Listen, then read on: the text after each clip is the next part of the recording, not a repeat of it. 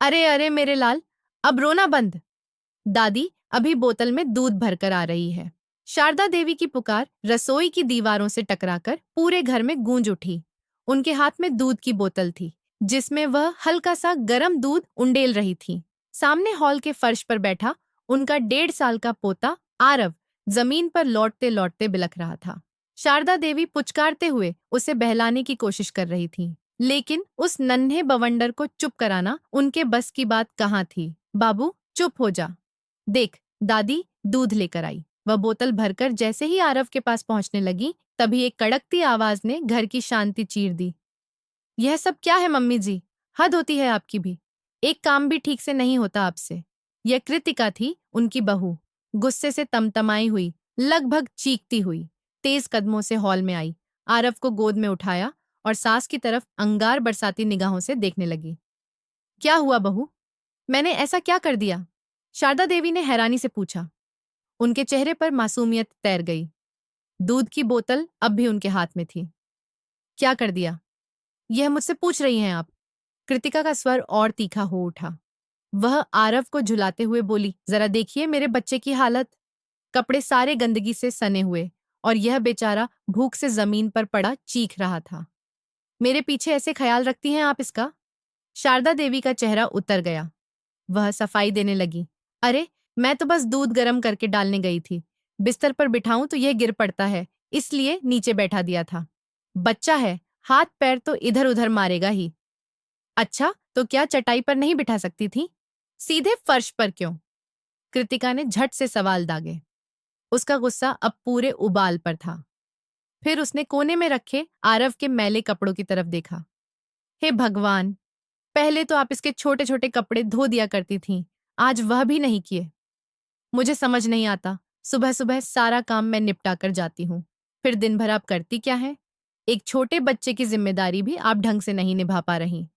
कृतिका की कड़वी बातें सुनकर शारदा देवी का दिल सिसक उठा। मन में तूफान सा उठने लगा। बहू, यह तुम क्या कह रही हो? उनकी आवाज कांप गई। तुम्हें क्या पता दिन भर मुझे क्या क्या करना पड़ता है। घर के कितने काम होते हैं, ऊपर से छोटा बच्चा। कभी खिचड़ी बनाती हूँ इसके लिए, तो कभी दलिया। अकेले सब कुछ करना कितना मुश्किल होता है। यह उनकी बात पूरी होने से पहले ही कृतिका ने बीच में काट दिया। बस कीजिए मम्मी जी, हर बार कोई ना कोई बहाना। अगर काम नहीं करना तो साफ बोल दीजिए, मैं आरव के लिए डे केयर ढूंढ लूंगी। यह कहकर वह झटके से उनके हाथ से बोतल खींच लाई और आरव को गोद में लिए सीधे अपने कमरे में चली गई। रसोई में अकेली खड़ी शारदा देवी की आंखें नम हो आईं। बुझा बुझा मन लिए वह अपने कमरे में आकर बिस्तर पर ढा गई। आज सुबह से ही तबीयत ठीक नहीं थी। हल्का सा बुखार, बदन का टूटना, फिर भी वह आरव के पीछे भागती रही। इतना सब होने पर भी कृतिका ने एक बार उनकी हालत पूछना जरूरी नहीं समझा। यह कोई नई बात नहीं थी, कृतिका का रोज का यही रवैया था। चाहे शारदा देवी दिन भर काम में डूबी रहे, चाहे उनकी तबीयत कैसी भी हो, कृतिका को बस ताने मारने का बहाना चाहिए होता था। उधर अपने कमरे में पहुंचकर कृतिका ने आरव के गंदे कपड़े जल्दी जल्दी बदलने शुरू कर दिए। उसकी हर हरकत में चिढ़ झलक रही थी, लगातार बड़बड़ाती रहती। आरव को बोतल थमाकर वह उसे पालने में लिटा आई और खुद बिस्तर पर बैठते ही फोन उठा लिया। यह उसका रोज का नियम था। जैसे ही वह स्कूल से लौटती, माँ का फोन आ धमकता।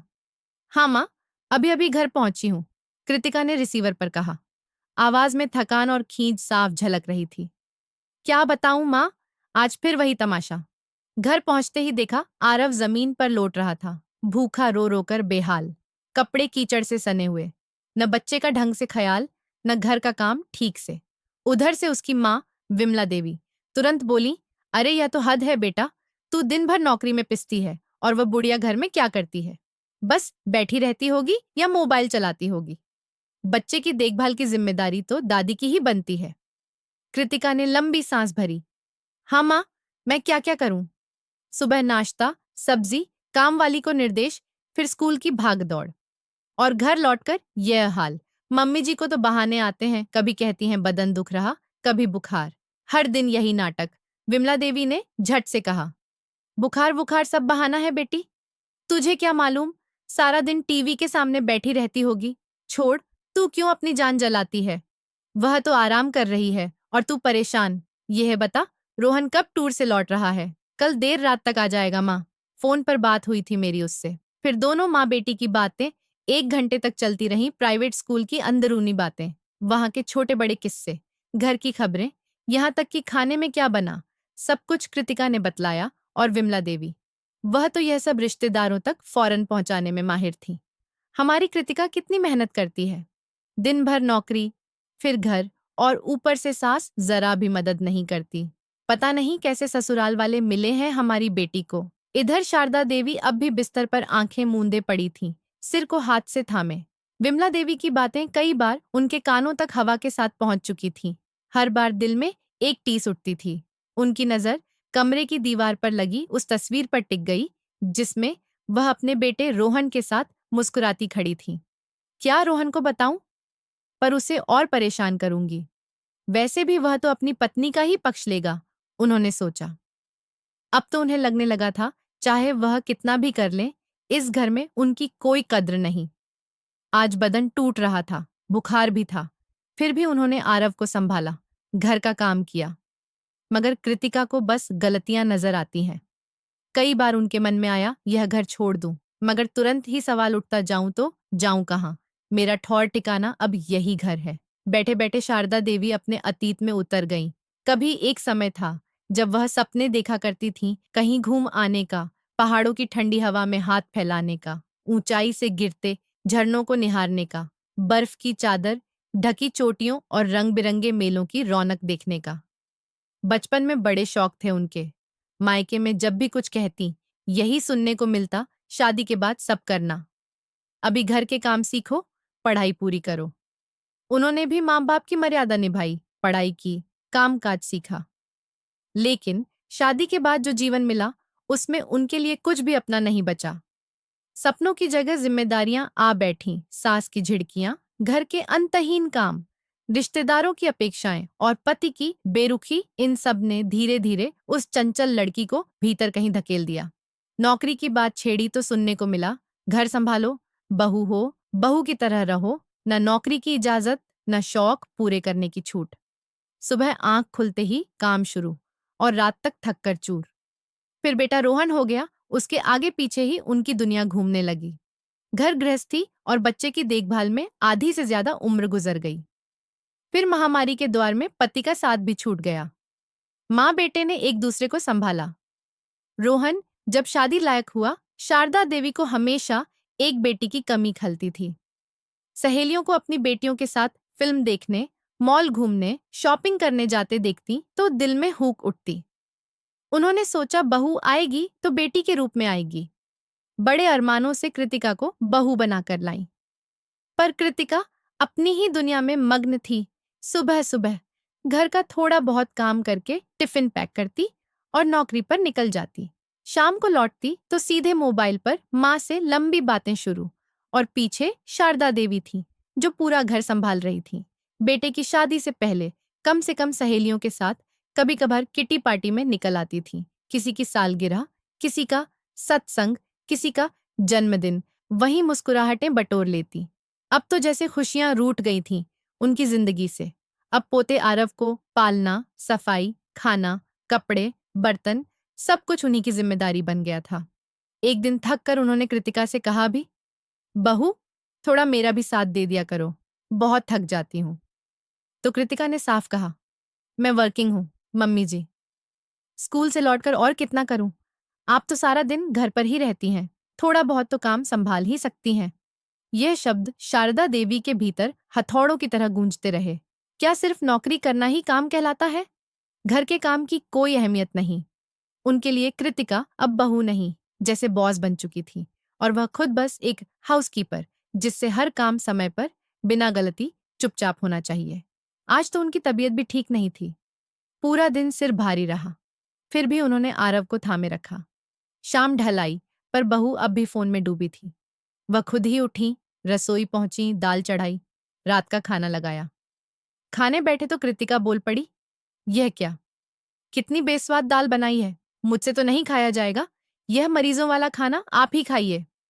और मोबाइल उठाकर उसने अपने लिए पिज्जा मंगवा लिया। यह सब देख शारदा देवी का सब्र टूट गया। हर रोज की तरह कृतिका ने उसी रात आरव को उनके पास सुला दिया। आरव उनकी बगल में गहरी नींद में था, मगर शारदा देवी की आंखों में नींद का नामो निशान नहीं। वे बिस्तर पर बैठी चुपचाप आंसू पोंछते हुए बुदबुदाईं, अब और नहीं। अब मुझे अपने लिए खड़ा होना होगा। मेरे जीवन की भी कीमत है और मैं इसे साबित करके रहूंगी। मन में विचारों का तूफान था। यह रोज का तमाशा, ताने, तिरस्कार और कितना सहूं। रिश्ते जबरन थोड़े निभते हैं। जब एक पक्ष निभाना ही नहीं चाहता तो दूसरा कब तक संभाले। उनकी सहने की सीमा जवाब दे चुकी थी। वह इस घर में काम वाली की तरह नहीं, अपनी इज्जत और स्वाभिमान के साथ जीना चाहती थी। अगला दिन गुरुवार था। सुबह की पहली किरण के साथ ही उनका फोन बजा। स्क्रीन पर सहेली रीना का नाम चमका तो चेहरे पर मुस्कान खिल गई। रीना बोली, शारदा, सुन, हम सब मिलकर 3 दिन की वृंदावन बरसाना यात्रा पर जा रहे हैं। वैसे तो हमें लगता है तू फिर मना कर देगी, पर फिर भी पूछ रहे हैं चलेगी क्या? कान्हा जी के दर्शन करके आएंगे, थोड़ा सुकून मिलेगा। शारदा देवी का दिल तेजी से धड़क उठा। वृंदावन, कान्हा जी, कितने बरस हो गए जब उन्होंने अपनी मन की सुनी थी। घर के काम, आरव की जिम्मेदारी, कृतिका के ताने, इन सब ने जिंदगी को बोझ बना डाला था। मगर आज रीना की आवाज ने उनके भीतर सोई हुई वही शारदा जगा दी जो कभी सपनों से भरी थी। बिना देर के उन्होंने कहा, हाँ रीना, मैं चलूंगी। सच? रीना की आवाज में हैरानी और खुशी घुल गई। तू तो हमेशा मना कर देती थी। चल, फिर आज सुबह 6:30 पर निकलते हैं। बस स्टैंड पर मिलना। शारदा ने फोन रखा। मन में हल्की सी घबराहट भी थी। कृतिका क्या कहेगी? वह जानती थी, अगर 2-3 दिन कहेंगी तो शायद बहू रोक दे। आखिर घर का काम और आरव कौन संभालेगा? उन्होंने दिमाग लगाया। कृतिका के स्कूल में इन दिनों मध्यावधि अवकाश था। यह बात काम आ सकती थी। दोपहर बाद कृतिका जब स्कूल से लौटी तो शारदा ने सामान्य लहजे में कहा, बहू, मेरी सहेलियां वृंदावन जा रही हैं, कान्हा जी के दर्शन को। मैं सोच रही हूं 1 दिन के लिए चली जाऊं। आज सुबह ही निकलूंगी, कल शाम तक लौट आऊंगी। वैसे भी रोहन आज रात देर से वापस आ रहा है ना? कृतिका फोन पर स्क्रॉल करते करते बोली। हाँ, ठीक है मम्मी जी, 1 दिन की ही तो बात है। जाइए। उसके मन में चला, चलिए, 1 दिन तो शांति रहेगी घर में। आरव को संभालना कौन सा मुश्किल है। और वैसे भी स्कूल में मिड टर्म ब्रेक चल रहा है, मैं भी शुक्रवार को देर तक सो लूंगी। मांझी तो सुबह सुबह खटपट शुरू कर देती हैं, नींद तक नहीं पूरी होने देती। इधर अपना छोटा बैग पैक करते हुए शारदा की नजर अपनी पुरानी रेशमी साड़ी पर पड़ी। सालों पहले खरीदी थी, मगर पहनने का मौका ही नहीं मिला। उसे बैग में रख लिया। कान्हा जी के दर्शन को तो नई साड़ी पहनकर ही जाऊंगी, उन्होंने सोचा। मन उत्साह और घबराहट के बीच झूल रहा था। गुरुवार सुबह 6:30 पर शारदा देवी अपनी सहेलियों के साथ वृंदावन की ओर निकल पड़ी। चेहरे पर हल्की सी चमक ली। उधर घर में कृतिका ने माँ से फोन पर बातें खत्म की। आरव पालने में सो गया था और रात का खाना रसोई में बना रखा था। कृतिका ने राहत की सांस ली। चलो, 1 दिन तो सासू माँ की खटपट से छुट्टी मिली। वैसे भी वह सारा दिन गिद्ध की तरह घर में मंडराती रहती है। रविवार को भी चैन से सोने नहीं देती, उसने मन ही मन कहा। आरव को संभालना कौन सा भारी काम है, 1 दिन तो आराम से निकल ही जाएगा। उसी रात करीब 12:15 रोहन अपने टूर से थका हारा लौटा। कृतिका आधी नींद में थी। खाना गरम कर लूं? उसने उनींदे स्वर में पूछा। रोहन ने सिर हिलाया, खाना खाया और बिस्तर पर ढह गया।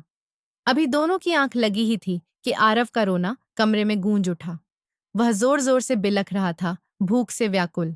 आमतौर पर वह दादी के पास ही सोता था, तो रात को दूध पिलाने का जिम्मा भी दादी का रहता था। मगर आज तो कृतिका को ही संभालना था। वह हड़बड़ाकर उठी, दूध गर्म किया और बोतल दी, लेकिन उसकी पलकों पर नींद भारी थी। बस आरव, चुप हो जा, मम्मी को नींद आ रही है, वह बड़बड़ाई। पर आरव कहाँ मानने वाला था। बोतल फेंक दी, कभी कृतिका पर चढ़ता, कभी रोहन को पैर मारता। रोहन थकान से गहरी नींद में था। कृतिका का सब्र जवाब देने लगा। आरव, प्लीज, उसने चिड़चिड़ाते हुए कहा और उसे मोबाइल थमाया। लेकिन आरव ने मोबाइल भी परे फेंका और जोर से रोने लगा। सुबह करीब 7:30 जब आरव आखिर थक कर सोया तो कृतिका भी बिस्तर पर ढह गई। पर 10 मिनट भी नहीं बीते कि दूध वाले की घंटी ने उसे फिर जगा दिया। अब कौन है? वह चिढ़ते हुए उठी, दूध लेकर उबलने रख दिया और वापस लेट गई। लेकिन नींद की झपकी टूटते ही काम वाली बाई ने बेल बजा दी। बाहर निकली तो देखा सारा दूध चूल्हे पर उफन कर फैल चुका था। हाय राम, यह भी गया। वह बुदबुदाई। उसने बाई को सफाई का जिम्मा सौंपा। अब तक पेट में चूहे दौड़ने लगे थे। रसोई में कुछ बना नहीं था, कुछ पकाने का मन भी नहीं, सो बिस्कुट नमकीन से काम चलाया। इतने में आरव फिर जाग गया। उसकी चीख पुकार ने कृतिका का सिर दर्द बढ़ा दिया। रोहन, उठो ना! उसने जोर से पुकारा। देखो, आरव को संभालो, मैं थक गई हूं। रोहन आंखें मलते हुए बोला। कृतिका, मुझे नींद आ रही है, 2 दिन से ठीक से सोया नहीं हूं, रात को भी देर से आया हूं, तुम ही देख लो। कृतिका का गुस्सा आसमान पर। हाँ, सब कुछ मैं ही करूं। मां जी 1 दिन के लिए गई और मेरे लिए मुसीबत बन गई, वह चीखी। मगर रोहन फिर से नींद में खो गया। उधर वृंदावन में शारदा देवी मंदिर की सीढ़ियां चढ़ रही थीं। सहेलियों की हंसी और भजनों की मधुर लहरियां कानों में रस घोल रही थीं। कान्हा जी की मूर्ति के सामने आंखें मूंद कर खड़ी हुई तो मन को अनोखा सुकून मिला। इधर घर का हाल किसी रणभूमि से कम नहीं था। आरव के लिए दलियां चढ़ाते हुए कृतिका की नजर बच्चे के मैले कपड़ों पर पड़ी। अरे, आधा दिन बीत गया और मैंने अभी तक इसके कपड़े भी नहीं बदले। उसने खुद को कोसा। खुद भी वह सुबह से नहाई नहीं थी। घर में नजर दौड़ाई, हर तरफ बिखराव। थोड़ी देर में रोहन भी उठ जाएगा और खाना मांगेगा। पेट उसकी भी कुलबुला रहा था। उसने मोबाइल उठाया और खाना ऑर्डर कर दिया। कुछ तो राहत मिलेगी, सोचा। खाना खाकर कृतिका बाकी कामों में जुट गई, मगर काम खत्म होने का नाम ही नहीं। कपड़े धोना, आरव को थामना, बिखरा घर समेटना। दिन कब ढल गया पता ही न चला। वह मन ही मन सोचने लगी, चलो अब मांझी आएंगी तो जरा सुकून मिलेगा, कम से कम आरव तो संभाल लेंगी। पर घड़ी की सुइयां रात की ओर बढ़ने लगी और शारदा देवी का कोई पता नहीं। कृतिका ने फोन उठाया। 1 बार, 2 बार, 3 बार घंटी बजती रही, कोई जवाब नहीं। इसी बीच विमला देवी के कॉल बार बार आते रहे, मगर कृतिका के पास इतना समय कहाँ। उसने माँ का कॉल इग्नोर कर दिया। अब उन्हें क्या समझाऊं, वह झुंझलाई। रसोई में गई तो उधर से फिर आरव की चीख, भूख और शरारतों ने कृतिका की हिम्मत चूस ली थी। गुस्से में उसने फिर शारदा को फोन लगाया, पर उधर से शांति। क्रोध चरम पर, आरव अभी भी रो रहा था।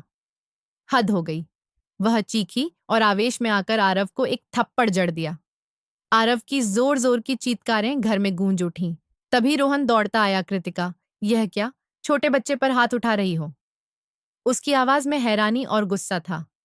तो मैं क्या करूं रोहन? कृतिका का चेहरा थकान और रोष से लाल था। तुम्हारी माँ बिना बताए घूमने निकल गई, न कोई खबर, न फोन उठा रही है, और तुम्हें मेरी कोई परवाह नहीं। मैंने जो सोचा था उससे उल्टा हो गया, मेरा सारा वीकेंड बर्बाद। वह चिल्लाई और सिर पकड़कर बैठ गई।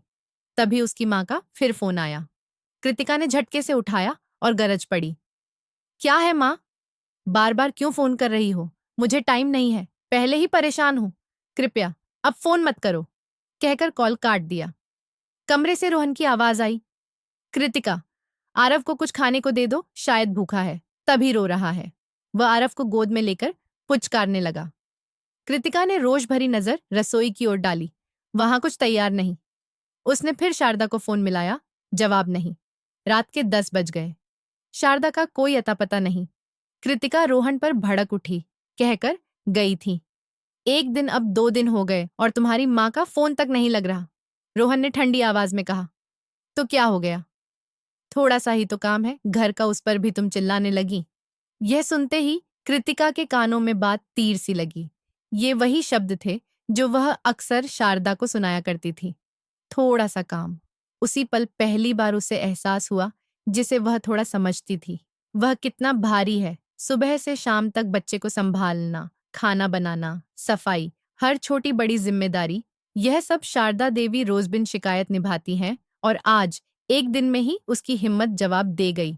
उसकी थकान, उसका गुस्सा और आरव का रोना, सबने मिलकर उसे शारदा की जिंदगी की एक झलक दिखा दी। उधर वृंदावन में शारदा देवी सहेलियों के साथ मंदिर के बाहर सीढ़ियों पर बैठी थीं। फोन की स्क्रीन पर कृतिका की कई मिस्ड कॉल्स चमक रही थीं। रीना ने पूछा, शारदा, फोन क्यों नहीं उठा रही?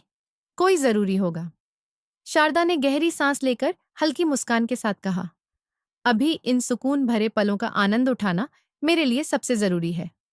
3 दिन की यह यात्रा उनके लिए किसी स्वप्न जैसी थी। भक्ति से सराबोर माहौल, सहेलियों का साथ, कान्हा जी के दर्शन मन को एक नई ताजगी दे गए। वापसी के समय जब सहेलियां 2 महीने बाद की अगली यात्रा का प्लान बना रही थीं, तो शारदा ने बिना हिचक कहा, हाँ, मैं अगली बार भी चलूंगी। उनकी आवाज में आत्मविश्वास था। घर के कामों से ब्रेक तो बनता है, उन्होंने मन में सोचा। बस की खिड़की से आती ठंडी हवा उनके चेहरे पर मुस्कान बिखेर रही थी। मगर घर पहुंचते ही जो नजारा दिखाई दिया, शारदा की आंखें फैल गईं। पूरा घर जैसे तूफान की चपेट में हो। रसोई में बर्तनों का पहाड़, सोफे पर फैले कपड़े, फर्श पर बिखरे खिलौने और बीचों बीच बैठा आरव गंदे कपड़ों में बिलख रहा था। कृतिका बिस्तर पर निढाल पड़ी थी, थकान ने जैसे उसे निचोड़ दिया हो। शारदा का दिल एक पल को पसीजा, मगर अगले ही पल भीतर से एक कड़वाहट उठी। कृतिका की आंख खुली तो वह घबराकर उठ बैठी। शारदा को देखते ही बोल पड़ी, यह क्या मम्मी जी, आपने कहा था 1 दिन, और आप तो 2.5 दिन के बाद लौटी। बिना सोचे कि मैं यहाँ अकेली कैसे संभालूंगी सब। शारदा ने भौहें चढ़ाकर कहा, क्यों बहू, तुम्हारे स्कूल में तो इन दिनों मध्यावधि अवकाश चल रहा था ना, फिर इतनी परेशानी क्यों? घर का काम इतना भी नहीं होता, और आरव छोटा सा बच्चा है, वह भला कितना तंग करेगा।